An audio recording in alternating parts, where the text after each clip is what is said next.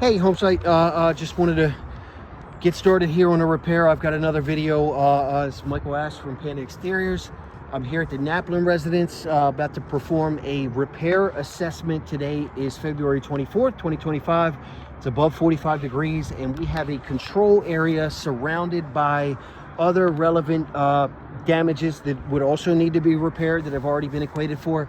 But we are going to document the process of a thorough repair assessment for this specific shingle here, and each step of the way with no cuts or no edits. Document whether or not there is anything concerning that we should take note of and potentially reevaluate what the proper solution is so that the insured is taken care of each step of the way here the right way.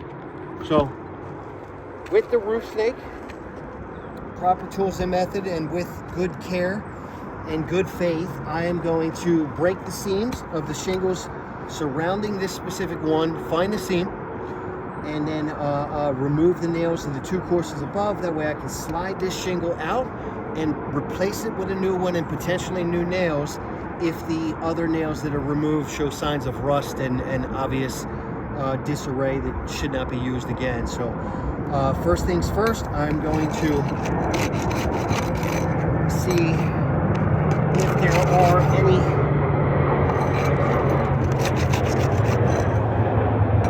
here's my seam. So my shingle's going to the right, and that means 1, 2, 3, 4, 1, 2, 3. Let me mark these off real quick. Way we know which ones we could. 1, 2, 3. Potentially impact in this process, and then get it all documented. So with that,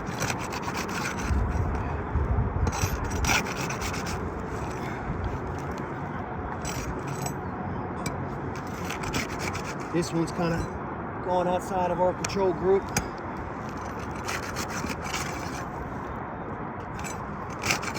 And good thing is, I'm not seeing a whole lot of potential mat transfer, which is coming from breaking the bond, which sometimes is a frustrating process to document. But looks like I've got my seam right here, and I do have some cracking. And before I get started on removing this shingle, I'll pull the camera down so that I can show. But I do have some cracking right here just by breaking the bond, and it looks like that was right over a seam as well. So I'm gonna try and remove these first nails, get this shingle out of here from the first course, and it is pulling directly through the shingle, which I want to make sure is documented properly. The reality of construction is that things don't always go the way that we would like them, but as you can tell, this nail is highly rusted, coming down almost halfway down the shank, which shows exposure over time, which would represent more than a few issues to be concerned about in the process of repair.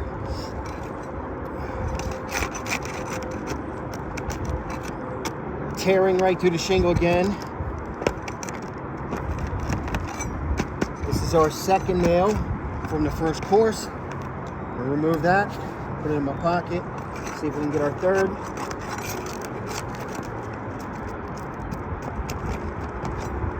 Trying to be as gentle as possible and not lift these shingles up too high so that we are documenting this in good faith. But all these nails got heavy rust on them. Where's our last one? This one is torn through the shingle completely as well.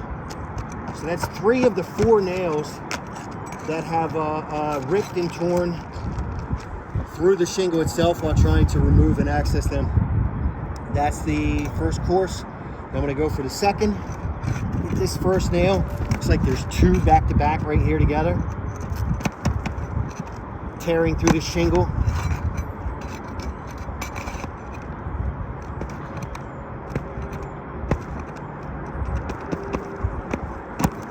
There we go. Like I said, trying to do this with care and good faith.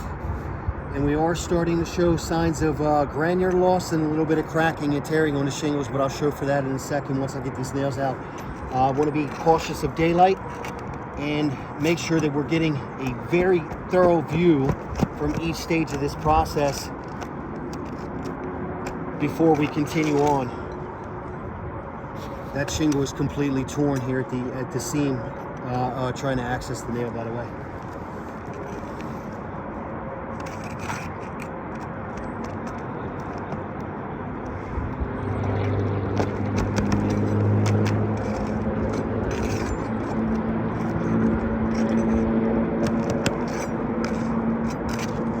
Torn through the shingle, but I'm trying to get it to where I don't have to lift up in order to get it, because you can't leave it hanging up.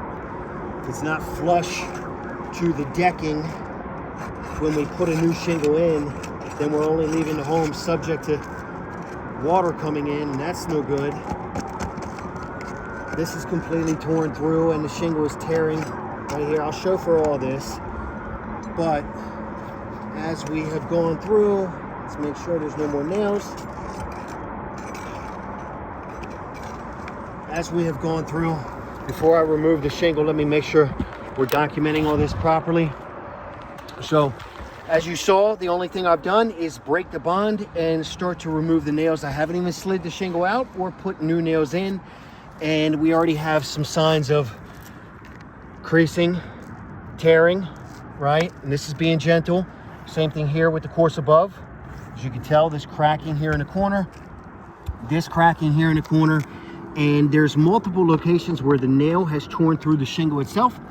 And I want to make sure that all of that is documented properly here. We've got signs of failure already starting to accumulate, and we're not even 50% of the way through the process. And signs of tearing just by removing the shingles. There's several spots, but I don't want to lift these too high in order to document that. I can kind of document it as we get a little bit further through. So just wanted to show for that. I'm going to put the camera back down. We're going to get the actual shingle slid out and a new one plugged in and document each stage of that process there. Make sure she's loose. And so, if you can see this on the shingle that has been removed, see the signs of tearing by trying to access the nail, by breaking bonds and removing and accessing these nails. This is in 1, 2, and 3 of the 4 nail hole locations. And so if it's on this shingle, it's already showing signs on the other shingles as well, which then, even though it's directed in the term of repair, that's considered consequential. That wouldn't have happened or existed had it not have been for trying to repair the specific shingle that has been directed and labeled for damage. So showing for this, this damaged shingle that we removed, I'm going to set this to the side safely. And then we are going to start the process by putting a new layer in and sliding in to fit.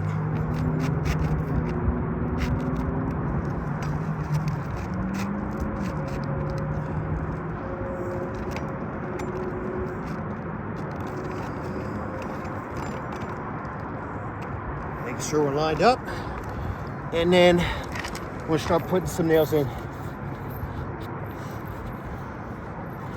Whew.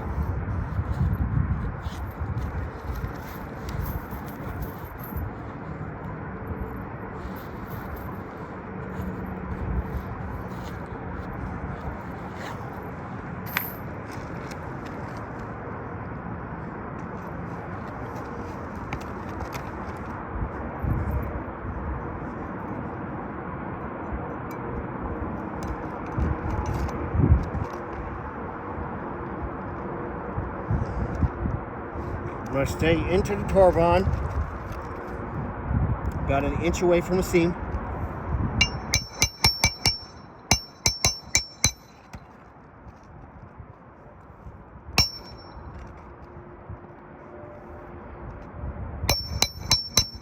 And then keep in mind, I'm doing this into a second layer that is currently below this one, which can make it hard for these nails to stick in and can be subject to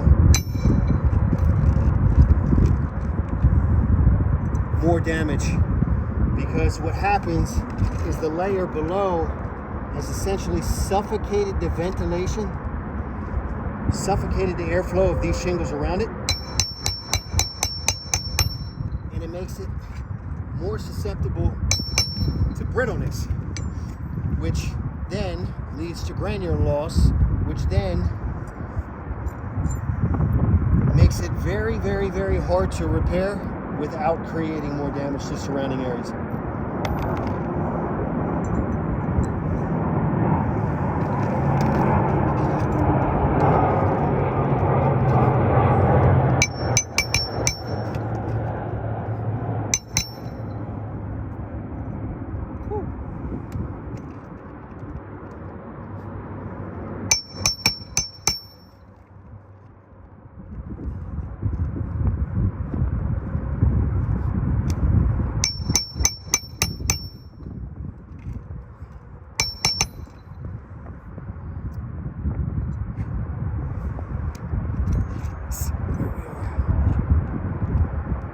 And right now it looks like there's only one shingle in this course that is not,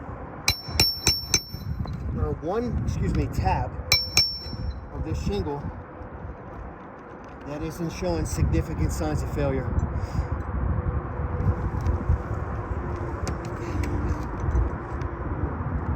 And we're right here at the seam, so it's going to take me 2 nails right here. Keep in mind, shingles are staggered like bricks.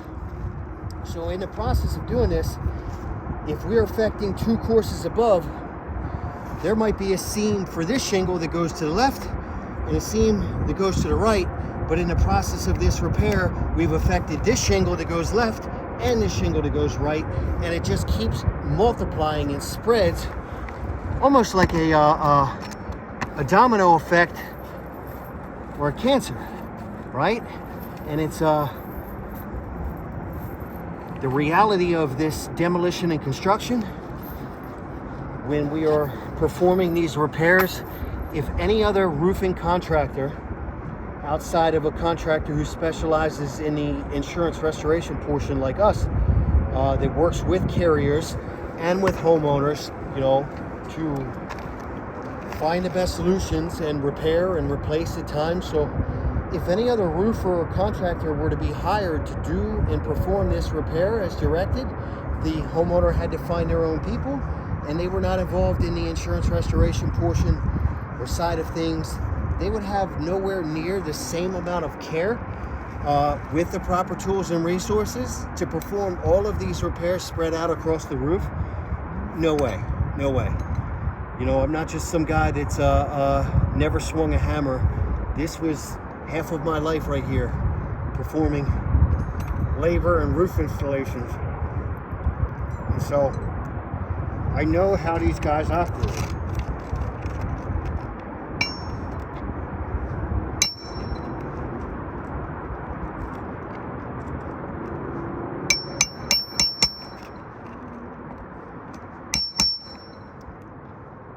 Most roofing contractors would be up here with a pry bar and lifting these shingles way higher with way less care than I'm doing to perform these repairs. And in no way, shape, or form would they, look to have that same level of care.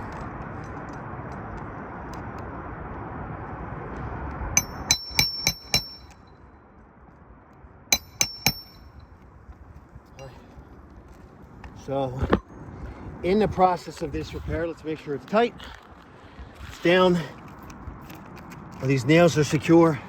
In the process of this repair, sorry, I got a low battery notification. In the process of this repair, I think it's fairly safe to say that the repair has shown signs of failure that must be documented and assessed that were not present before the repair was completed. And what we're looking at here is pretty obvious. I hope you can see correctly, right?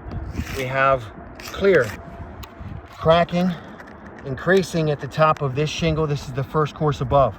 You can see this, right? Right here. Obvious signs of failure in that corner. It's torn, okay? This is the shingle right next to it. We got tearing and cracking there. See? Hope you can tell that pliability. I'm not lifting this more than 45 degrees, by the way. Same thing up here. This is the second course above. This is a lot. This is a lot to document here. And should be fairly clear because, see this? This is like broken right up in there. Obvious signs of failure all over. And in the process of that, I have granular loss that has, see this? That has fallen all down the roof from this repair itself. Now, granular loss is not covered. It's not a covered peril. However, the causation is different than the condition, right? And if the condition is a non-repairable roof and the granular loss is flowing down the roof through the process of repair, then the directed repair is what becomes the causation, right? Otherwise, it would not have been the case. So this repair has caused damage to the surrounding areas, which is fairly evident and clear and must be, equated for. Here's some tearing in that seam of this course. See?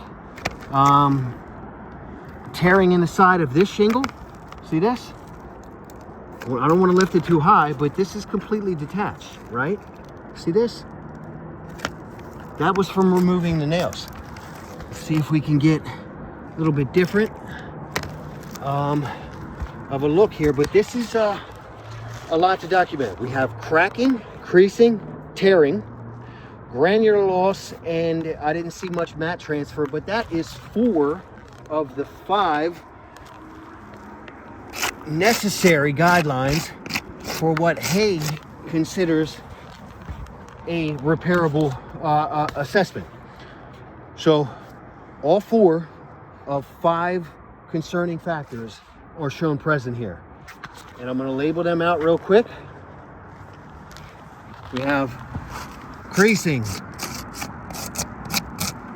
cracking, granular loss,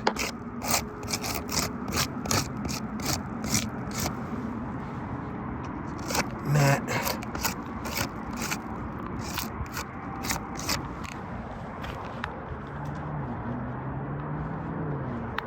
and then tearing.